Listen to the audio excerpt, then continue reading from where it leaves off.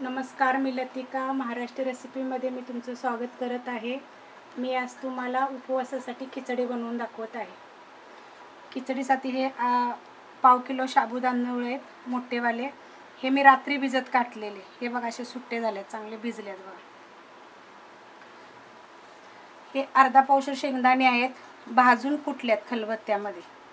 चांगले लालसर भाजायचे आणि कुटून घ्यायचे। हे हिरव्या 4 मिरच्या आहेत, त्या पण मी खलबत्त्यात कुटून घेतलेल्या आहेत।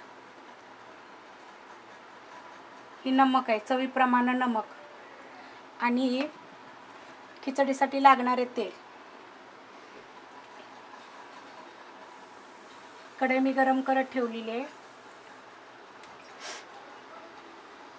त्याच्यामध्ये मी तेल टाकते, 1 चमचा तेल टाकायचं। त्यामध्ये ही हिरवी मिरची टाकायची कुटलेली।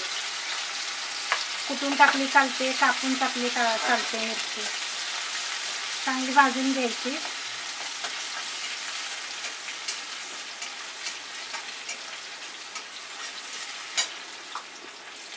त्याच्यामध्ये लगेच शेंगदाण्याचं कूट आणि नमक टाकायचं।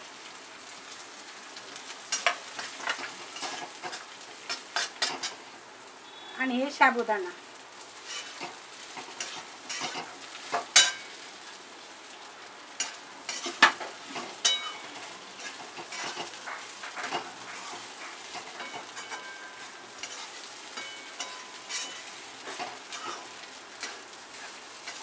पाव किलो जर साबूत तांदूळ असेल तर अर्धा पाव शेंगदाणे घ्यायचे, म्हणजे खिचडी एकदम सुट्टी व्यवस्थित होते, चिकट होणार नाही।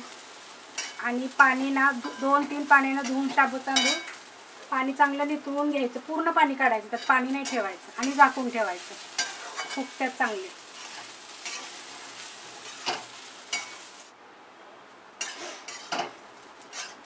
असे बारीक गॅस करून चांगली हलवून घ्यायची खिचडी।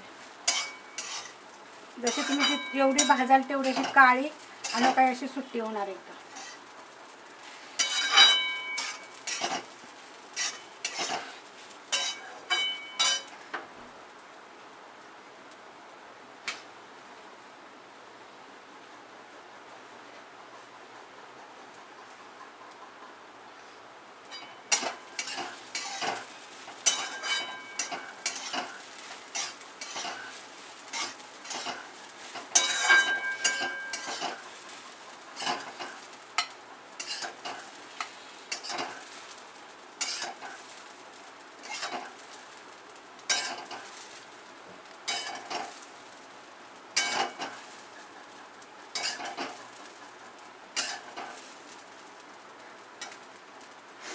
साबुदाण्याची खिचडी।